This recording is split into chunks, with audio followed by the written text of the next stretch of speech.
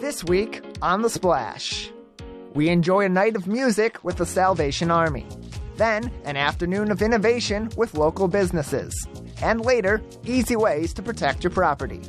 The Splash is a production of Civic Center TV. We're a news magazine that covers everything from local news to feature stories. All so that we can bring you the latest from the greater West Bloomfield area. And now, let's dive into The Splash. And thank you so much for being with us on The Splash. I'm Brooke Allen. Mary Freed was one of our community's many great advocates for service and a lover of a variety of musical genres. Our community recently celebrated both service and music with the Salvation Army Brass Ensemble. Reporter Charles Maurer has the story. The spirit of giving is abundant here at Holy Spirit Lutheran Church as they continue to honor the life of a special member of our community. This is the fourth concert in her honor, and this time they've invited the Salvation Army to participate in the musical performance.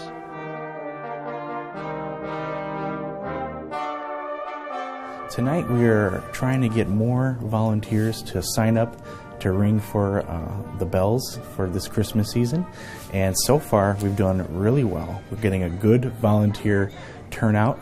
So far we've only been ringing since last Friday, but it's been going really well.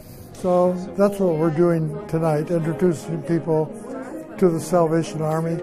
And one of the theme songs of the Salvation Army is Onward Christian Soldiers. And so we've asked them to play that tonight. And it just is a good opportunity for people to get better acquainted with those who stand out and have such a good reputation for helping the poor.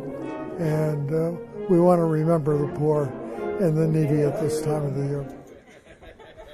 The Salvation Army set up an information booth where patrons could sign up to volunteer or donate to their cause in their famous red kettle. The money that comes into West Bloomfield kettles, such as Kroger's and whatnot, that'll go into the North Oakland area, serving the whole community, serving Christmas baskets and whatnot. So yeah, it stays local. People really enjoy it, and they invite their friends and neighbors. One lady came from Southfield to one of these concerts, and she decided that she would join the church choir. She enjoyed coming here so much, so it was good for her and good for us. So far, volunteer turnout is strong.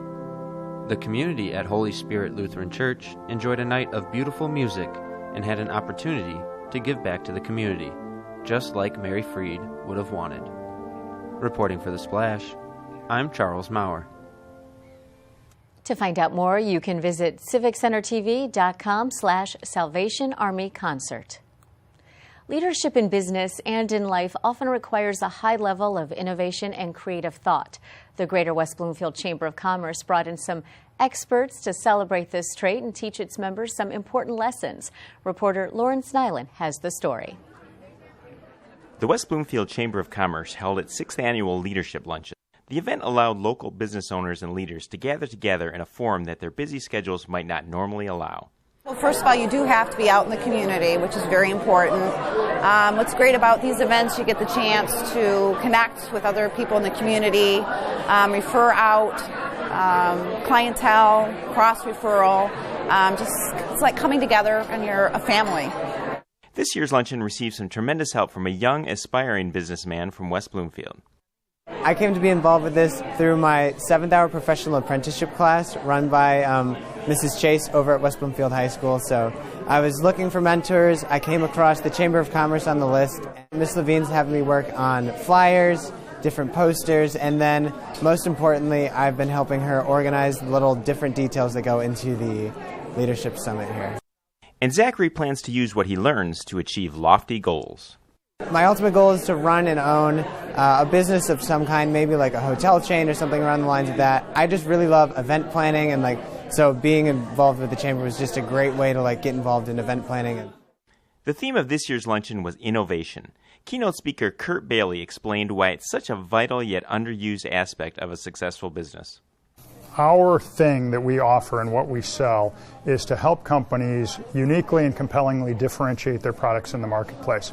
We believe that if you can find innovative ways to make your product different that are desirable on the part of users, that you can distinguish yourself to the point that you don't have to be a commodity. You don't have to fight a price war. You can instead kind of charge whatever you want for your product because the only place people can get it is from you. West Bloomfield is filled with businesses who sell services rather than products, and for them, introducing new ideas and methods is just as important. All the things that I talked about with regard to neophobia, fear of the new, applies to not only products but to services as well. To understand ideality with regard to user experience is the key to all innovation. You can understand an ideal service or an ideal service experience as well as you can understand an ideal durable product experience. It's the same exact process. It's brainstorming and prototyping and trying to be different and asking the right questions of your users, vetting your unique and different ideas in a responsible, rigorous way to implement positive change. Reporting for The Splash, this is Lawrence Nyland.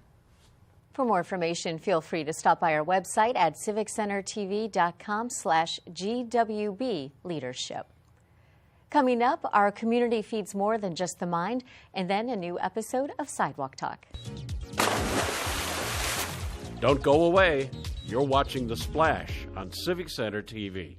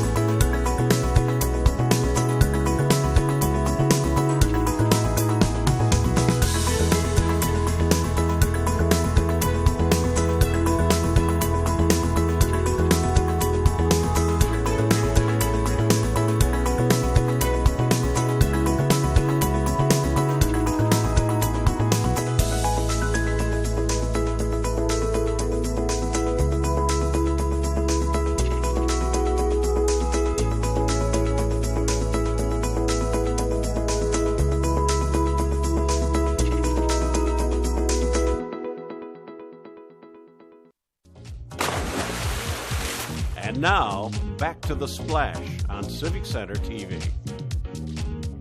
And thank you for being with us. I'm Brooke Allen, and this is The Splash. A crime can happen at any time, and there are simple tasks that can help prevent you from being a victim of crimes, such as theft, in a matter of seconds. Reporter Tyler Kieft has the story. Approximately once every 4 seconds, a property crime occurs in the United States. However, there are ways that you can protect yourself from many common crimes, such as larceny. Larceny could happen anywhere. It could happen in parking lots. Theft could take place within any type of retail store. So those types of things happen pretty much all over all communities. One of the most important elements of personal safety is keeping conscious of your surroundings, which is why Chief George urges residents to follow his triple A's of personal protection. Very simply, I'm going to give you the triple A, which is to be aware, alert, and to avoid. Number one, awareness is all you have to do is watch the news each day, and you have a pretty good idea of the things that are going on. Although that may be more major, people are aware of larcenies, things that could be taking place. And then the next thing is to be alert. By alert, I mean you want to know what's going around you. You don't want to be walking, for instance, in a parking lot with your head down and straight ahead. You want to be able to look. You want to be able to move around your surroundings, certainly 180. So you have the first two. Well, if you see something that doesn't look right, then it makes sense to avoid it. As always, you should reach out to law enforcement if you feel unsafe. Remember, if you see something, say something. We're only as good as the information we have. We're each individual's one set of eyes compared to a number of people that may be seeing it. So don't think that something doesn't mean anything or we're not concerned. If you think there's something to it, give us a call. We're the ones that'll check it out, and if it's okay, then that's fine. If it's not, then you've given us the information we may need to stop another crime. Reporting for The Splash, I'm Tyler Kieft. For more information, you can visit civiccentertv.com/personal safety. And now it's time for Sidewalk Talk, where reporter Samana Sheikh asks the people of Greater West Bloomfield about hitting the road.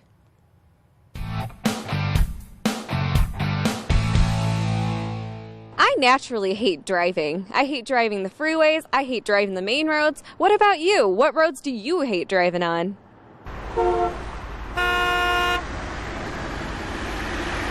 696. And why is that? Because I drive from St. Clair Shores to West Bloomfield, and as you all know, it's been a treacherous nightmare of a construction plan. So now my commute is 94 to the lodge. Still long, but I wish you luck. Thank you so much, ma'am. No problem. Probably I-96. It is always busy. It's always backed up, or it's always some kind of construction. So yeah, I'm going to say I-96. Honestly, my own subdivision road, which hasn't been, I think, repaved in about 30 years, and it is truly like a third world road. What subdivision is this? It's Shenandoah Estates. It's the back of the subdivision, and it's just an abomination. Definitely 275 during rush hour. It is the worst. Well, right now, 696 is under construction, and it's horrible. And I travel to General Motors quite frequently, and the traffic is just horrible right now as they have one side completely shut down. Franklin, by going up from 13 to Northwestern, is just all potholes. 696. Do people go too fast? Definitely. Is there a local highway or road that you just dread driving on? Southfield Freeway. Back in 2015, I was hit by a drunk driver. I was at a dead stop. He hit me going 70 miles an hour. And I'm lucky to be alive. The lodge. Yes, I prefer to go side roads than to get on the freeway. That's how I am too. I avoid freeways at all costs. Me too. I will go to Ann Arbor, down back. Actually, Old Orchard Lake Trail, I think, or Old Orchard Lake Road, I think is what it's called. Up until now, I mean, it was terrible. But now recently they just repaved it. It's so much smoother now. It's so much better. Orchard Lake Road is the worst. Seriously, you're the first person to say that. Oh, no, I'm not. I feel like everyone's either shopping while they're driving or trying to think of which way they need to be on Orchard Lake Road to get on the expressway or something. You know, they're always thinking about something else instead of driving and concentrating. Every single one in Michigan, basically. No surprise, more great answers. Join us again for another episode of Sidewalk Talk. And for more episodes of Sidewalk Talk on demand, visit civiccentertv.com/Sidewalk Talk. And now it's time for the Civic Center TV event update. We provide you with upcoming events around Greater West Bloomfield. And for more events coming up, visit civiccentertv.com/events.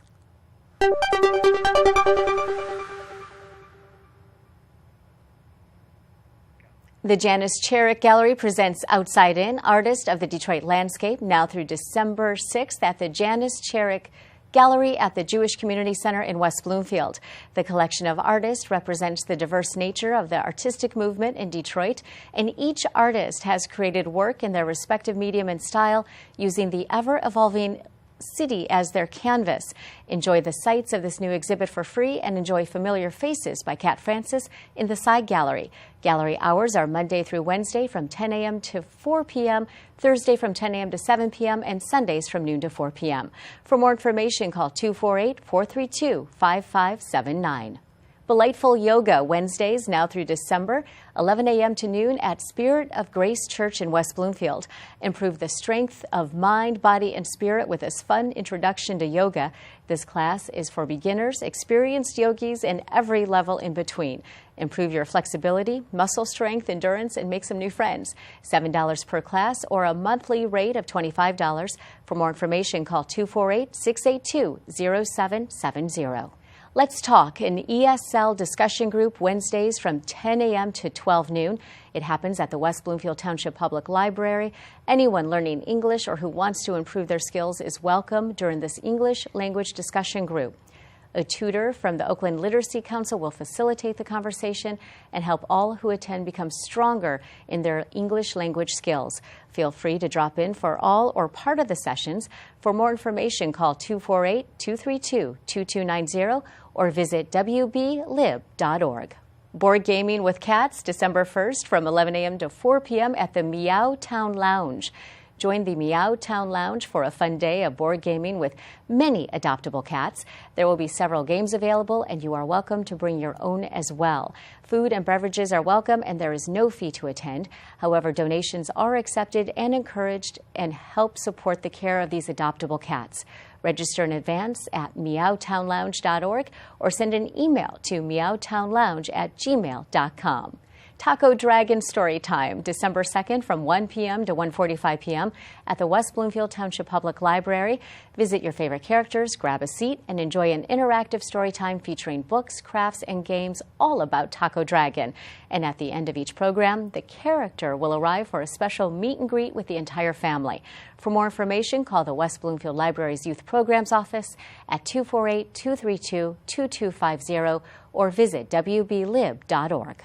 The Chaldean Cultural Center open hours Fridays from 11 a.m. to 3 p.m. at the Chaldean Cultural Center and Shenandoah Country Club.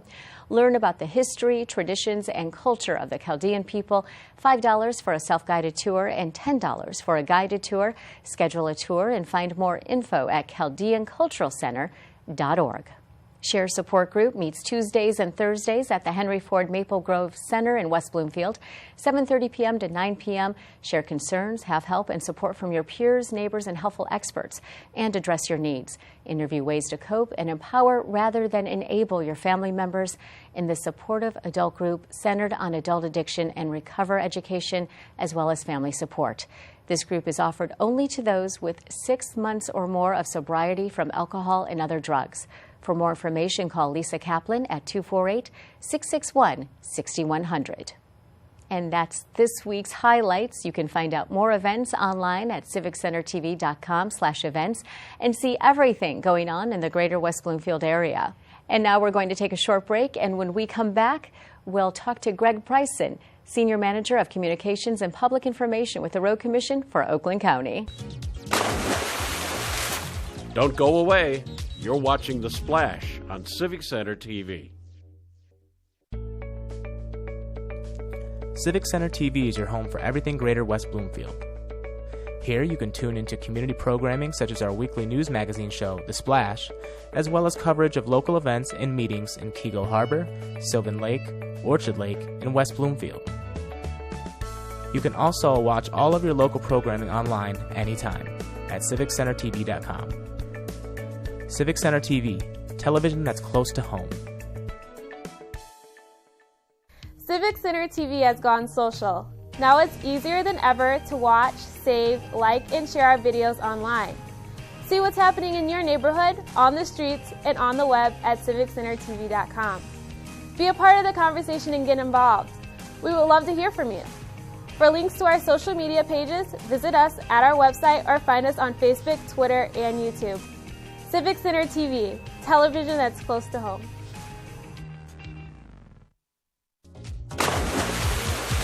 And now, back to The Splash on Civic Center TV. And welcome back. We are joined by Craig Bryson, Senior Manager of Communications and Public Information with the Road Commission for Oakland County.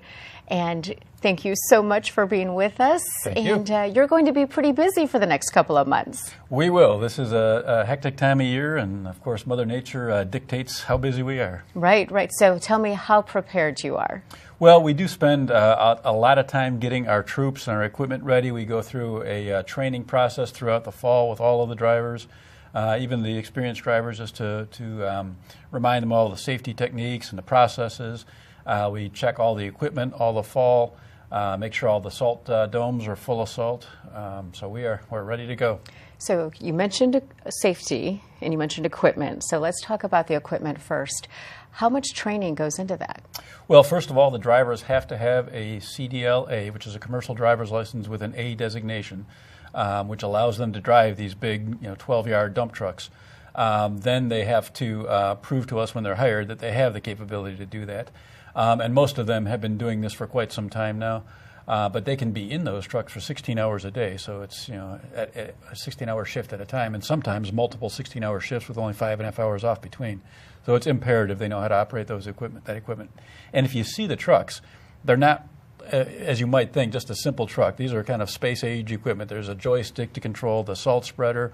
There's all kinds of special equipment in there. They're pretty high-tech pieces of equipment. So in addition to driving, they need to be familiar with all of the equipment in the cab. So to be familiar with the equipment, to be able to navigate the roads, and then to be awake. Absolutely. Right. Absolutely. So that's a lot that you don't even think about. Oh, it is. It is. And of course, those trucks, it's not like driving a car. The 12-yard truck with a full bed of salt is a big, heavy piece of equipment. So it takes a lot of concentration, a lot of effort. So how much do those weigh, those trucks? They are about 12 to 15 tons when full, I believe. Wow. That's a lot. It is a lot, yep. And that's a lot of responsibility. It is. And our drivers, they see themselves, a lot of them, as sort of like first responders. They're out there, making the roads safe for the rest of us, and they see it as a real public service, and they're proud of that aspect of it. Okay, so now let's flip it around. How can drivers and motorists keep it safe for those snow drivers? Absolutely, and the best thing they can do is give the trucks the room they need to plow. Not only is the truck big, the plow, if they have a front-end plow, it extends off the front. Some of them have a wing plow that expands off the side, so just please give them the room they need. It takes them longer to stop, to turn.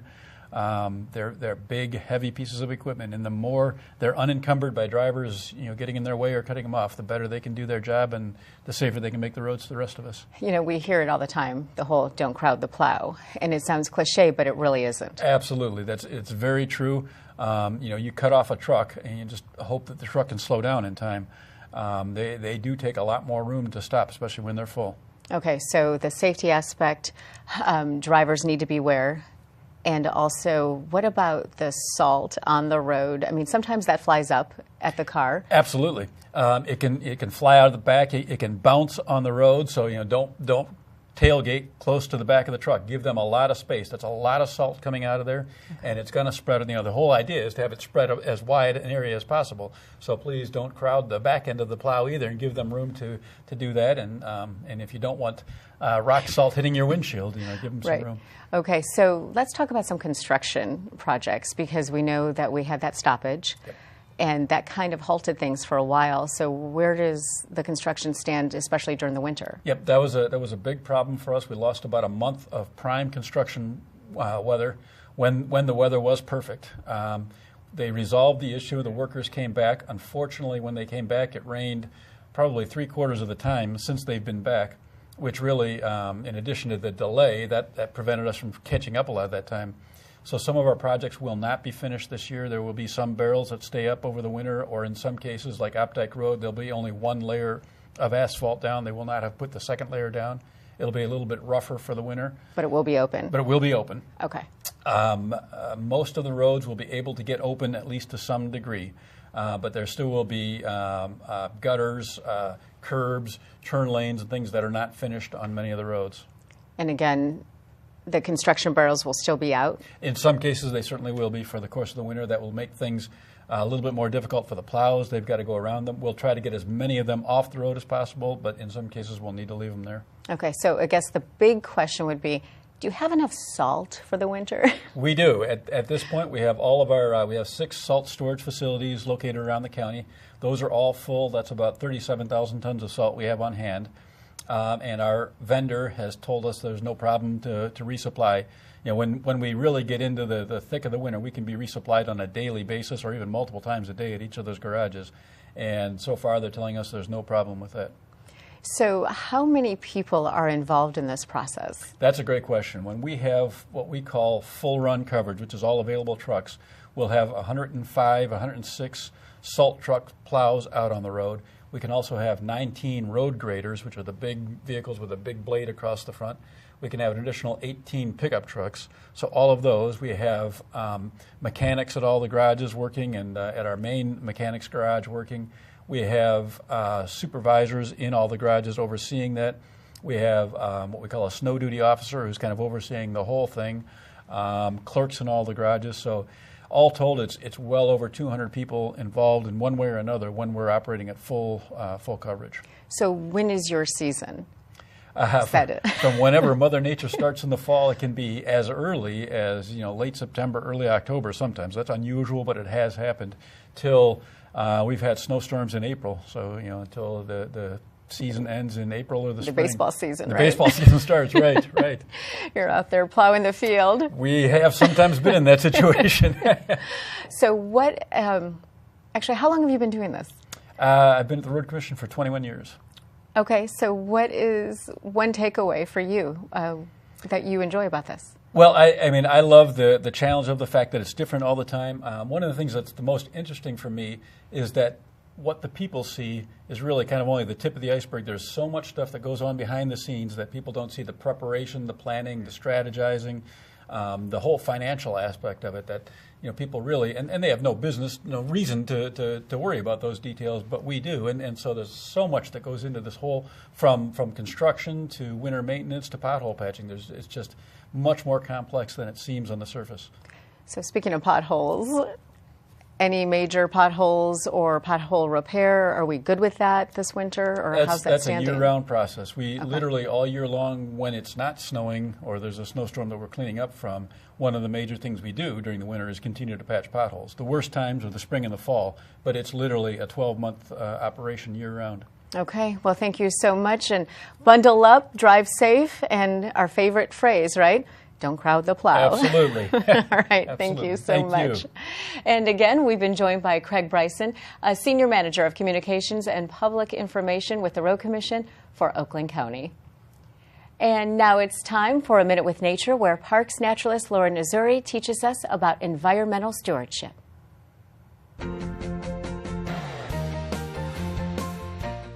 Hello and welcome to Minute with Nature. I'm your host, Laura Nazuri, the park naturalist for West Bloomfield Parks. And we're inside the nature room today talking about environmental stewardship, or how to be a good environmental steward of our land. Well, what is stewardship? It really just means the job of supervising or taking care of something. But because we're talking about environmental stewardship, we're talking about taking care of the earth. Have you ever heard of Aldo Leopold? He's a really famous person who is an environmental steward, and he actually championed the concept of environmental stewardship. And he defines it as dealing with man's relation to the land and to the animals and to the plants which grow upon it. So environmental stewardship really encompasses all of the earth, the plants, the animals, and the land, as Aldo Leopold tells us. So how can you be a good environmental steward? One of them is planting native plants. Native plants are beneficial to our ecosystem and all the animals that live here. So if you're going to plant a garden, think about trying to plant natives. Make sure you're using less fertilizer and less pesticides, or none at all if possible, because that does affect our environment negatively. You can also contact resource managers, like some of our West Bloomfield Park staff, for ideas on how to manage your property in order to make it more ecological friendly and more open to the environment and choices that can help animals. A good resource for managing invasive species would be our Oakland County SISMA. If you have invasive species on your property, it's best to remove them. Invasive species don't belong here, they didn't originally grow here, and they have no ecological value. So plants and animals here cannot use invasive species. So the best thing to do is remove invasive species and make room for new native species that have more ecological value and will bring better plants and animals to your yard. Oakland County SISMA can help you do that, and they have great resources for you. If you contact the Oakland County SISMA, they can give you in touch with good contractors that are trained in this kind of management practices, as well as if it's a smaller scale and you can handle it on your own, the best way to do that as well. You can also volunteer for our park cleanup event or a garlic mustard pull. And then, of course, all the other choices that you make on a daily basis that can help you be a better environmental steward. By recycling and reducing the waste, all of those are great ways to be an environmental steward. And that's your Minute with Nature. For more episodes of Minute with Nature, visit civiccentertv.com/MWN. And now it's time for our final segment, Person of the Week, where we honor people in the community who inspire or provide toward others. And this week's recipient is Robert Solomon, retired teacher and volunteer in the West Bloomfield School District.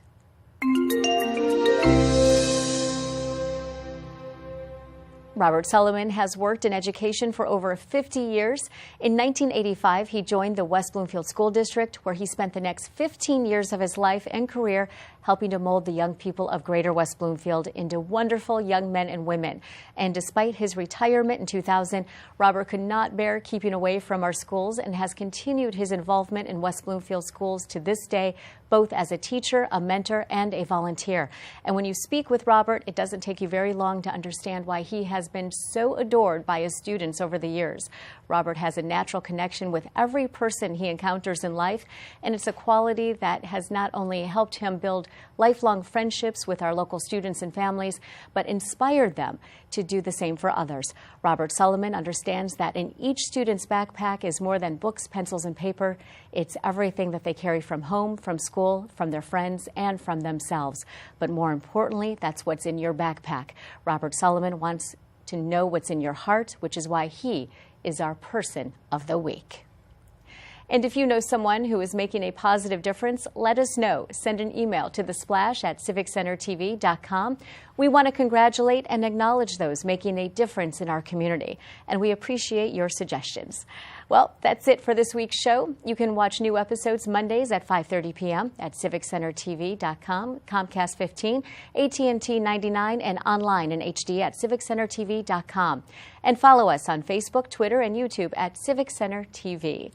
And for more Metro Detroit news, you can listen to Greg Bowman and I weekdays from 2 to 7 p.m. on WWJ News Radio 950. And for all our friends in Sylvan Lake, Orchard Lake, Kego Harbor, and West Bloomfield, I'm Brooke Allen. Thank you for watching The Splash.